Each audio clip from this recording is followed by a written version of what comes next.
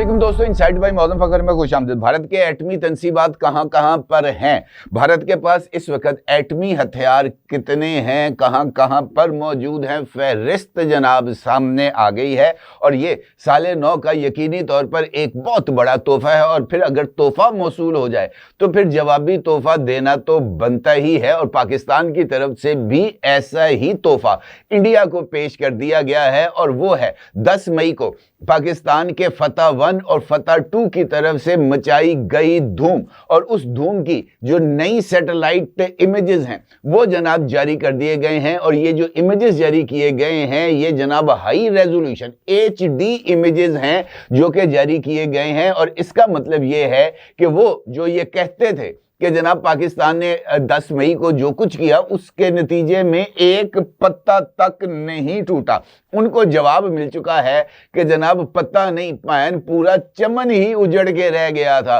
क्योंकि वो तस्वीर वाज़े तौर पर इस बात की तरफ इशारा कर रही हैं कि महज छत पर एक शगाफ नहीं पड़ा बल्कि पूरे का पूरा सिस्टम ही, पूरे की पूरी इमारत ही जनाब उड़ के रह गई है, तबाह हो गई है। इसका मतलब यह है कि पाकिस्तानी हथियारों ने न सिर्फ अपनी अहलियत, अपनी काबिलियत और अपनी सलाहियत का इजहार किया है तबाही मचाकर, बल्कि इस बात का भी सबूत दिया है कि पाकिस्तान के मिसाइल्स यकीनी तौर पर बहुत ही ज्यादा न सिर्फ जो है हदफ को निशाना बनाने की सलाहियत रखते हैं बल्कि अपने असर अंगेजी के लिए भी अब वो दुनिया उनका लोहा मान रही है। ये जो दोनों तफसीलात हैं वो मैं आपकी खिदमत में पेश करता हूं और आपको ये बताता हूं कि जनाब कौन कौन सी इस वक्त इंडिया की एटॉमिक फैसिलिटीज़ काम कर रही हैं और इस वक्त इंडिया के पास जो एटमी हथियार हैं उनकी तादाद कितनी है और ये फहरिस्त किस तरीके से, यानी ये जो डिटेल्स हैं किस तरीके से सामने आई हैं।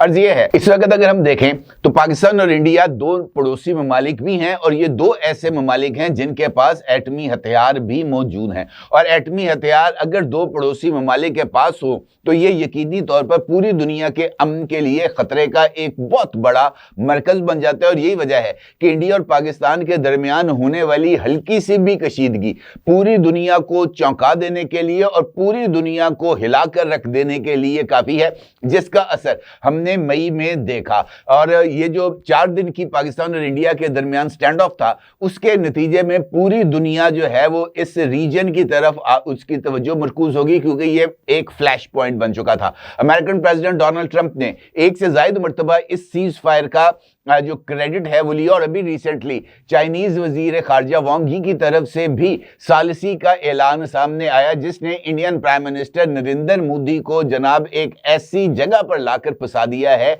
जहां से वो ना इस बात को तस्लीम कर सकते हैं कि हाँ जी तीसरे मुल्क ने हमारे दरमियान सालिसी या सीज फायर कराया, और ना ही वो इससे इनकार कर सकते हैं। यही वजह है कि डोनाल्ड ट्रंप हो या वांग यी हो, उनकी तरफ से किए जाने वाले दावों की आज तक Indian prime minister Narendra Modi की तरफ से किसी तरह की ना कोई वजाहत सामने आई और ना ही उनकी तरफ से किसी तरह का कोई ऑफिशियल रद्द अमल सामने आया। खासतौर पर चीनी वजीर खारजा के इस ऐलान के बाद कि जनाब सीज फायर कराई और हमने इंडिया और पाकिस्तान के दरमियान सालिसी भी कराई थी, इंडियन चैनल्स ने इस सारे मामले पर खामोशी इख्तियार कर रखी है और वहां पर नामालूम जराए से यह खबर चल रही है, वजारत खारजा का कोई स्टेटमेंट सामने आया लेकिन नामालूम सरकारी जराए से यह खबर चल रही है कि जनाब ये जो सीज फायर था ये इंडिया और पाकिस्तान के DGMOs की तरफ से किया गया था।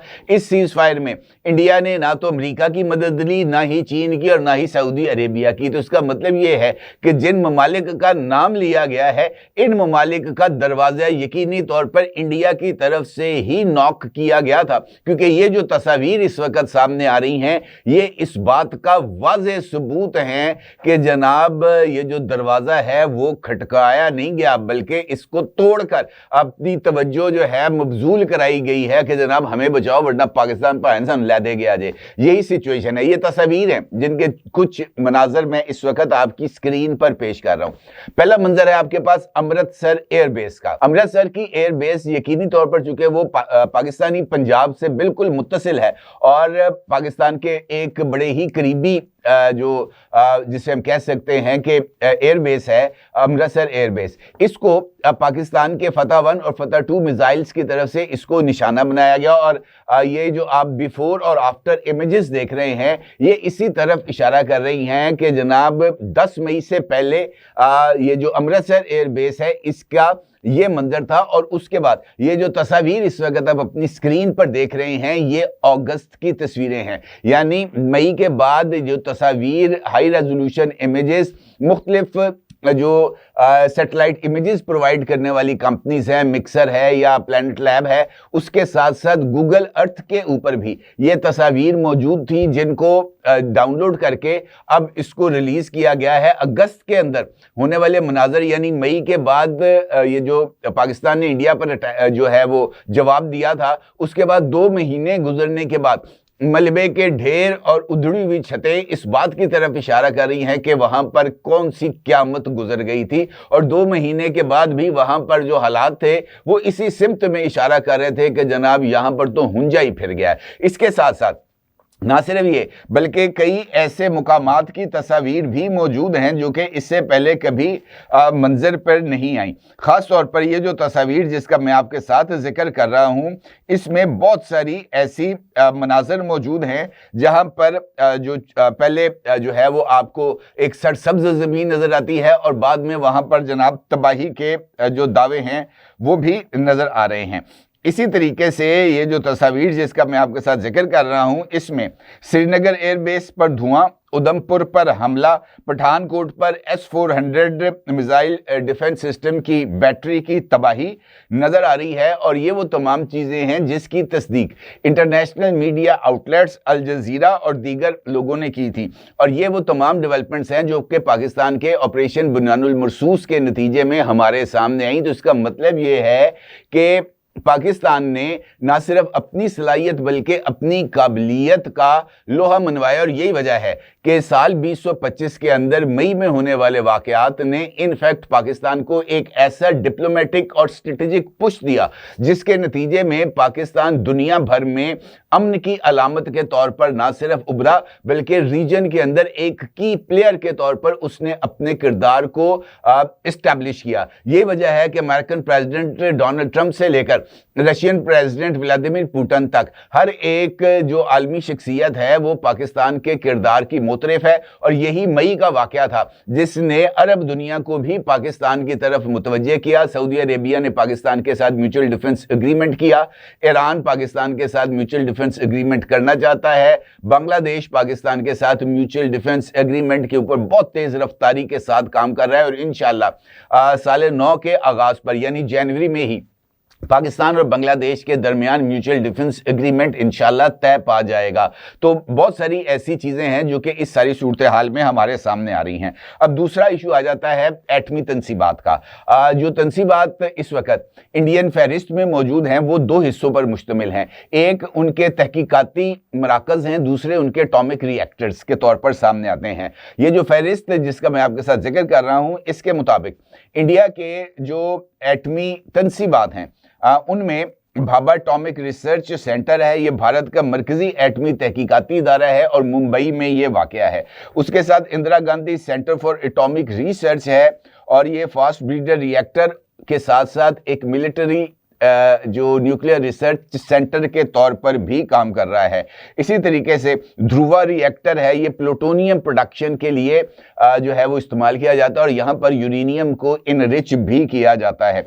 इसके साथ साथ एक एटॉमिक रिएक्टर भी मौजूद था लेकिन अब वो बंद है, लेकिन तारीखी तौर पर वो एक अहमियत रखता था इंडिया के एटॉमिक प्रोग्राम और उसको आगे बढ़ाने के लिए इस सेंटर का बड़ा काम था। इसी तरीके से जो न्यूक्लियर प्लांट्स हैं उसमें सिविल और डुअल यूज़ यानी सिविल मराकज़ के लिए और फौजी मकासद दोनों के लिए इस्तेमाल होने वाले, इसमें कडानकलम न्यूक्लियर पावर प्लांट है, त्रिपुरा एटॉमिक पावर स्टेशन है, रवात भाटा राजस्थान के अंदर एक एटॉमिक पावर प्लांट है, उसके बाद नरवरा न्यूक्लियर प्लांट है, काकरा यार गुजरात के अंदर है, ये एक वहाँ पर न्यूक्लियर प्लांट है। उसके बाद काइगा कर्नाटक के अंदर भी ये एक न्यूक्लियर पावर प्लांट जो है वो काम कर रहे हैं और ये वो मराकज़ हैं जो सिविल और फौजी मकासद दोनों के लिए इस्तेमाल हो रहे हैं। और कई सिविल रिएक्टर जो है वो उनको हम सिर्फ मिलिट्री इंफ्रास्ट्रक्चर के तौर पर ही देख सकते हैं। इस तरीके से प्लूटोनियम और ईंधन की तैयारी के भी 3 ऐसे मराकज हैं जो कि इंडिया में काम कर रहे हैं। उसमें रेयर मेटल्स प्लांट है, न्यूक्लियर फ्यूल कॉम्प्लेक्स है और जादूगोड़ा यूरेनियम माइंस हैं। यहाँ से ये जो यूरेनियम है उसको निकाला जाता है और निकालने के बाद यूरेनियम को साफ करके उसको एटमी मराकज में मुंतकिल किया जाता है, जहाँ पर उसको प्रोसेस करके उसको इनरिच करके दीगर एटमी मकासद के लिए इस्तेमाल किया जाता है। इसके साथ साथ इंडिया की एक एटमी कमान है जिसको मिसाइल एंड डिलीवरी सिस्टम्स के नाम से जाना जाता है। इसके आगे से 3 यूनिट्स हैं, उनमें से एक है DRDO मिसाइल कॉम्प्लेक्स, और ये मिसाइल कॉम्प्लेक्स इंडिया के सारे मिसाइल प्रोग्राम को लुक आफ्टर करता है। उसके बाद एक इंटीग्रेटेड टेस्ट रेंज है जिसे डॉक्टर अब्दुल कलाम जो है वो टेस्ट रेंज के नाम से जाना जाता है, और ये वही मरकज है जहां पर इंडिया अपने मिसाइल टेस्ट करता है। अभी चंद रोज कबल भी इंडिया की तरफ से पार्ले मिसाइल का जो टेस्ट है वो इसी टेस्टिंग रेंज के अंदर किया गया था। इसी तरीके से अग्नि मिसाइल लॉन्च साइट्स हैं उड़ीसा और दीगर ऐसे मुकामात इंडिया में मौजूद हैं जहां पर जो अग्नि या पृथ्वी मिसाइल्स हैं उनको टेस्ट किया जाता है। इंडिया का जो 5वीं इंपॉर्टेंट न्यूक्लियर इंस्टॉलेशंस हैं उसमें उनकी न्यूक्लियर पावर्ड सबमरीन्स और सी कमान है। इसमें विशाखापट्टनम की नेवल बेस इनफैक्ट सबसे ज्यादा अहमियत की हामिल है, और उसके साथ साथ उनकी न्यूक्लियर पावर्ड सबमरीन्स जिसे अरिहंत या INS अरिहंत कहा जाता है, वो न्यूक्लियर पावर्ड सबमरीन्स यहाँ पर मौजूद हैं। और उसके साथ साथ इंडिया की एक खुफिया सबमरीन बेस भी जो है उसकी निशानदेही हुई है और उसका नाम है INS वर्षा। अच्छा, उसके साथ जो छठा एटमी मरकज है इंडिया का वो है पोखरान। पोखरान इनफैक्ट एटमी तजुर्बात का मुकाम है, और यहाँ पर इंडिया ने सबसे पहले 1974 और फिर 1998 के अंदर एटमी तजुर्बात किए थे। भारत की जो एटमी तंसीबात हैं अगर आप इन पर गौर करें तो ये किसी एक मरकजी जगह पर मौजूद नहीं है, बल्कि ये स्कैटर्ड हैं, फैली हुई हैं। ज़्यादातर तंसीबात मशरकी उसके इलाके में, वस्ती इंडिया में और जनूबी भारत में वाक़या हैं, और समुद्री एटमी सलाहियत जिस तरह मैंने आपसे गुजारिश की है न्यूक्लियर पावर्ड सबमरीन्स की जो कि इंडिया की सेकंड स्ट्राइक डॉक्ट्रिन का हिस्सा है, ये भी वहाँ पर फैली हैं। मगर अगर आप गौर करें तो यही जो फैलाव है वो दिफाई कमज़ोरी को भी पैदा करता है, और ये दिफाई कमज़ोरियाँ इस वक्त हमारे सामने आ रही हैं। आप जो है ना ये जो एटमी हथियार हैं इंडिया के पास इस वक्त उनकी तादाद 180 बताई जाती है, और पाकिस्तान के पास इस वक्त जो एटमी हथियार हैं उनकी तादाद 173 है। यानी पाकिस्तान और इंडिया एटमी वॉरहेड्स के मुकाबले में ऑलमोस्ट एक दूसरे के हम पल्ला ही हैं। न 6 या 7 एटमी हथियारों का फ़र्क है। अगर पाकिस्तान चाहे तो ये फ़र्क बहुत जल्दी ख़त्म भी किया जा सकता है, लेकिन पाकिस्तान ये समझता है कि उसके पास ये जो न्यूक्लियर वॉरहेड्स मौजूद हैं, जितनी तादाद में मौजूद हैं, ये उसके लिए एक डेटरेंस लेवल के लिए काफ़ी हैं, और वो अपने इन हथियारों को अगर खुदा न खास्ता इस्तेमाल करने की ज़रूरत पड़ी तो वो तमाम मकासद को हासिल कर लेगा। इंपॉर्टेंट बात यह है कि हालिया दिनों के अंदर बहुत सारी इंपॉर्टेंट चीज़ें हमारे सामने आई हैं। अभी कल ही इसी प्लेटफॉर्म से मैंने आपकी खिदमत में इंडियन वज़ीर ख़ारजा सुब्रमण्यम जयशंकर की स्पीकर नेशनल असम्बली जनाब सरदार अयाज सादिक साहब के साथ होने वाले मुसाफे की तफसीलात को भी शेयर किया था। आपको ये भी मालूम है कि पहलगाम वाक़े के बाद इंडिया की तरफ से ये जो सिंतास मुआहदा है इसको सस्पेंड किया गया, और इंडिया की तरफ से कई नए हाइड्रो पावर के जो मंसूबे हैं वो भी शुरू करने का ऐलान किया गया। इसी तरीके से बाकी तमाम जो एस्पेक्ट्स हैं इंडिया ने वो पाकिस्तान के साथ सस्पेंड कर रखे हैं, लेकिन 1988 में पाकिस्तान और इंडिया के दरमियान एक मुआहदा हुआ था। अच्छा, वो मुआहदा इस वजह से अहमियत का हामिल है कि उस मुआहदे को न्यूक्लियर इंस्टॉलेशन एग्रीमेंट कहा जाता है, और उसका पूरा नाम agreement on prohibition of attack against nuclear installations and facility.